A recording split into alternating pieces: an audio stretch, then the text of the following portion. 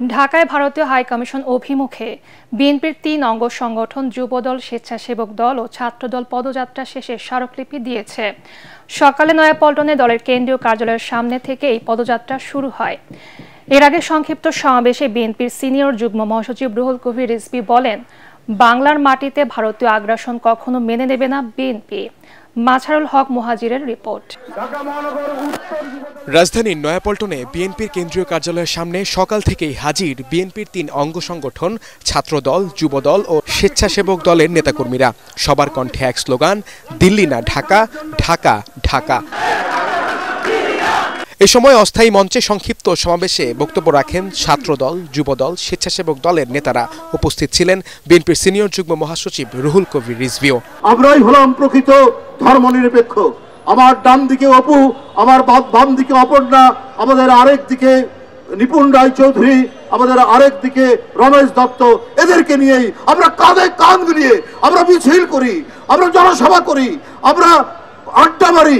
এই দেশ বাংলাদেশ, এই দেশকে আপনি মিথ্যা কলঙ্ক দিয়ে আমাদের এখানকার সম্প্রীতি, সাম্প্রদায়িক সম্প্রীতি এবং হাজার বছরের আমাদের যে ভ্রাতৃত্ববোধ, এই ভ্রাতৃত্ববোধকে ওই শুভেন্দুরা, ওই কি বলে যে ভারতের শাসক গোষ্ঠী, এটাকে ম্লান করতে পারবে না।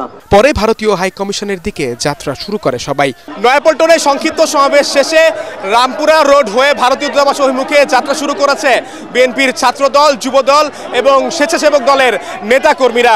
এর আগে দলের সিনিয়র যুগ্ম মহাসচিব ভারতীয় আগ্রাসনের বিরুদ্ধে সবাইকে রুখে দেওয়ার আহ্বান জানিয়ে তিনি বলেন, ভারতীয় আগ্রাসনের বিরুদ্ধে বিএনপি শুরু থেকেই প্রস্তুত ছিল এবং সবসময় প্রস্তুত থাকবে। রামপুরা ব্রিজের সিদ্ধান্ত হয় স্মারকলিপি দিতে দলের ৬ জন প্রতিনিধি যাবেন ভারতীয় হাইকমিশনে। ভারত যদি তাদের আচরণ পরিবর্তন না করে তাহলে বিএনপির পক্ষ থেকে কঠোর আন্দোলনে নামার হুঁশিয়ারি দেন দলটির নেতারা।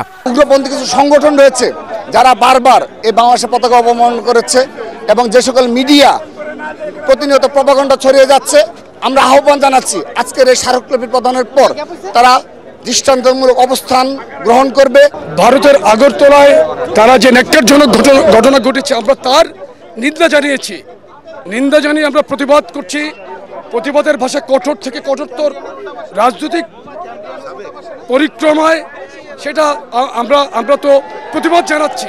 এর আগে বিএনপির এই পদযাত্রায় সংগঠনগুলোর কয়েক হাজার নেতাকর্মী অংশ নেন। মাছারুল হক মুহাজির, এটিএন বাংলা, ঢাকা।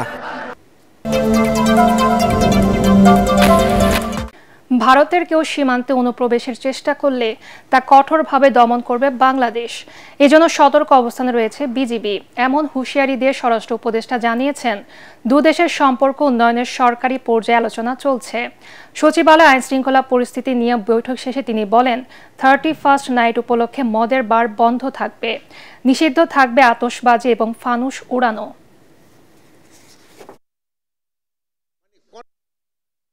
আমাদের ইয়াং জেনারেশনের ভিতরে একটু উচ্ছৃঙ্খলতা দেখা দেয়।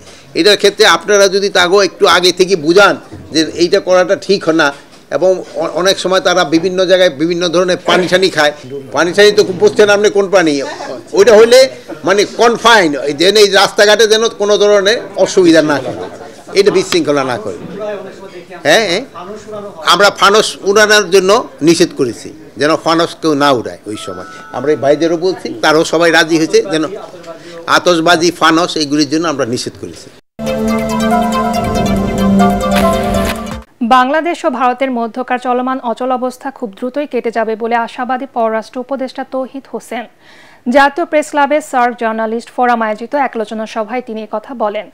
এ সময় উপদেষ্টা বলেন, বাংলাদেশে 5 আগস্টের অভ্যুত্থানকে মেনে নিয়েই ভারতকে সামনে এগোতে হবে। চলমান অস্থিরতায় দুদেশের ব্যবসা বাণিজ্যের ক্ষতি হচ্ছে জানিয়ে তৌহিদ হোসেন বলেন, ভারত বড় দেশ হিসেবে প্রভাব না পড়লেও কলকাতা সহ কিছু অঞ্চলের মানুষের ক্ষতি হচ্ছে।